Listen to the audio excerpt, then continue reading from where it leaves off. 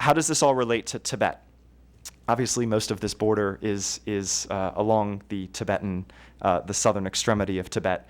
One argument is that this relates very much to the issue of the Dalai Lama's succession and acute concerns in Beijing that the Dalai Lama, as His Holiness himself has said, may choose to name a successor not from Tibetan territory inside China, but actually from the Tibetan belt in northern India or elsewhere in the Himalayas.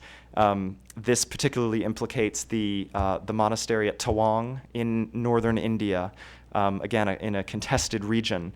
But there is an acute concern, I think, among people who follow this on both sides of the border, that Tawang could become part of a broader complication in Sino-Indian relations as it relates to the Dalai Lama's succession and how this announcement goes forward.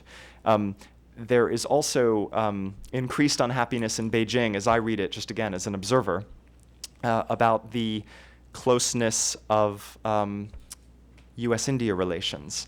Part of this plays into traditional Chinese concerns about Indian support for the Dalai Lama and the Tibetan government in exile.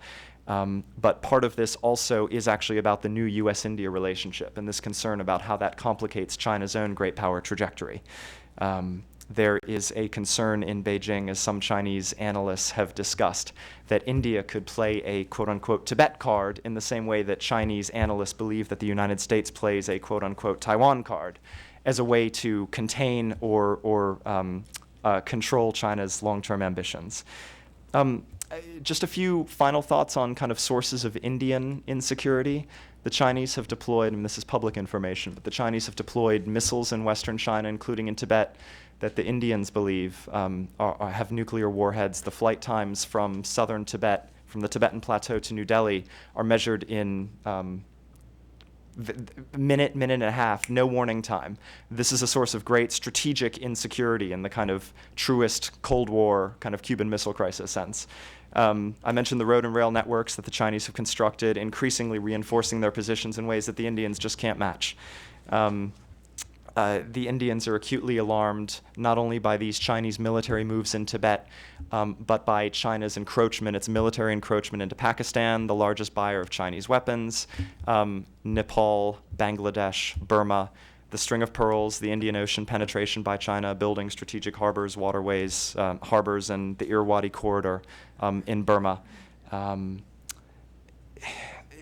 bottom line, I'm going to stop now, but the bottom line is that the Tibet issue is a flashpoint. It's a strategic flashpoint in Asia. It's one that doesn't get the kind of attention that the Taiwan Straits or North Korea does. But this is sort of there is a degree of low-level strategic. Let me try this again. This is a simmering dispute that does not get a lot of public attention, but that could turn hot quite quickly. None of us thinks that China is going to invade and occupy India or anything like this, but the possibility of a rapid series of events that leads to a limited military conflict is very real. I'll stop there. Thanks.